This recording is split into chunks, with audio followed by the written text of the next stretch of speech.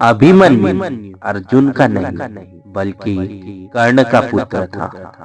क्या आपने कभी सोचा है कि महाभारत के सबसे बहादुर योद्धा अभिमन्यु की वीरता उसके पिता अर्जुन से भी कई गुना अधिक क्यों मानी जाती है? क्यों उसकी आंखों में एक अलग प्रकार का चमक था, जैसे वह युद्ध के लिए ही जन्मा हो? और सबसे बड़ा सवाल, क्या अभिमन्यु पांडवों के अर्जुन का पुत्र नहीं बल्कि उनके सबसे बड़े शत्रु कर्ण का पुत्र था? आज हम इस रहस्य के गहरे अंधेरे को उतारेंगे। एक ऐसा रहस्य जिसके बारे में शास्त्र मौन है, लेकिन लोक कथाएं फुसफुसाती हैं। महाभारत युद्ध केवल हथियारों का संघर्ष नहीं था, बल्कि यह रिश्तों, वंशों और जन्मों के रहस्यों की भी लड़ाई थी। कुरुक्षेत्र की धरती पर बाहर रक्त केवल शास्त्रों से नहीं बल्कि पुराने राजों से भी उपजा था। अभिमन्यु का जन्म एक महान योद्धा के रूप में हुआ। उसने 16 वर्ष की आयु में चक्रव्यूह को तोड़ दिया, जो अर्जुन जैसे महायोद्धाओं के लिए भी अत्यंत कठिन माना जाता था। परंतु कुछ विद्वान और लोक कथाएं कहती है कि उसकी यह अद्भुत वीरता और युद्ध कला अर्जुन से नहीं बल्कि कर्ण से आई थी।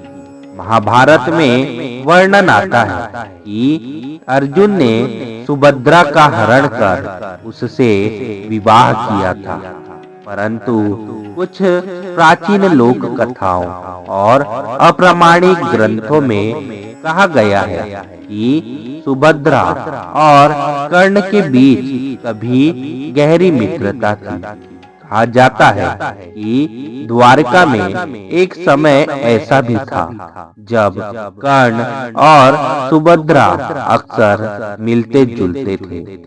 कर्ण की वीरता और दानशीलता ने सुभद्रा को आकर्षित किया था।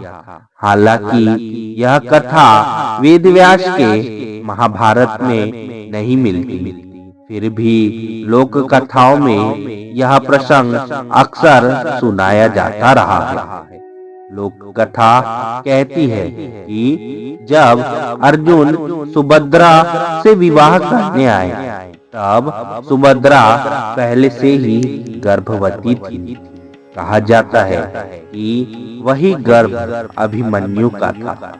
यही कारण था कि अभिमन्यु में कर्ण जैसी प्रखर वीरता और रणभूमि में अद्भुत धैर्य देखा जाता था। कहा जाता है कि उसकी युद्ध कला अर्जुन की अपेक्षा कहीं अधिक तेज और स्वाभाविक थी।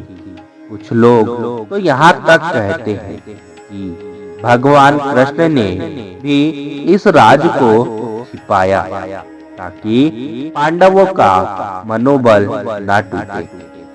कुरुक्षेत्र युद्ध के 13वें दिन अभिमन्यु ने अकेले चक्रव्यूह में प्रवेश किया। इतने बड़े बड़े योद्धा भीष्म, द्रोणाचार्य, कर्ण सभी उसकी वीरता देखकर चकित रह गए। कई लोक कथाओं में कहा जाता है कि चक्रव्यूह तोड़ने की कला अर्जुन को भी जन्म से नहीं आती थी, लेकिन अभिमन्यु ने इसे सहजता से अपना लिया। क्या यह कर्ण की रक्तधारा का ही प्रभाव था? महाभारत युद्ध के दौरान कर्ण ने कभी अभिमन्यु के प्रति वैसी कोई घृणा नहीं दिखाई जैसी अन्य पांडव पुत्रों के प्रति उसने दिखाई थी। कहा जाता है कि जब अभिमन्यु चक्रव्यूह में मारा गया, तब कर्ण ने अपने हथियार नीचे रख दिए थे और मौन साध लिया था। कुछ लोक कथाएं यह भी कहती है कि कर्ण को यह रहस्य पता था। वह जानता था कि उसके सामने लड़ रहा यह वीर किशोर वास्तव में उसका ही रक्त है, लेकिन धर्म और कर्तव्य के नाम पर वह मौन रहा। भगवान श्री कृष्ण भी जानते थे कि अभिमन्यु का बलिदान युद्ध की दिशा को बदलकर रख देगा। लोक कथा यह भी कहती है कि कृष्ण ने यह रहस्य कभी प्रकट नहीं होने दिया। कृष्ण का उद्देश्य धर्म की रक्षा था, इसलिए उन्होंने कभी सुभद्रा या अर्जुन के सामने यह प्रश्न नहीं उठाया। कुछ ग्रंथों के भाष्यों में यह संकेत मिलता है कि श्री कृष्ण के मन में अभिमन्यु की मृत्यु पर गहरा शोक था। शायद इसीलिए कि वह जानते थे कि यह बलिदान केवल एक योद्धा का नहीं, बल्कि एक ऐसे पुत्र का था जिसका जन्म स्वयं एक रहस्य था।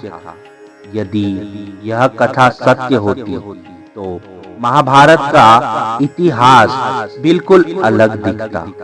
कर्ण और अर्जुन जो युद्ध में एक दूसरे के शत्रु थे, रक्त से भाई ही नहीं बल्कि पिता पुत्र भी हो सकते थे। सोचिए, क्या अभिमन्यु का बलिदान वास्तव में पांडवों और कौरवों की लड़ाई का ही एक हिस्सा था, या फिर यह एक पिता और पुत्र के बीच अज्ञात संघर्ष का परिणाम था?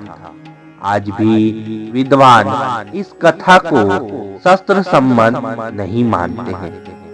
यह केवल एक लोक कथा है जो पीढ़ियों से सुनाई जाती आ रही है, परंतु चाहे यह सत्य हो या कल्पना, अभिमन्यु का साहस, त्याग और बलिदान हमेशा अमर रहेगा। उसकी वीरता ही महाभारत को एक अद्वितीय महाकाव्य बनाती है। आपको क्या लगता है?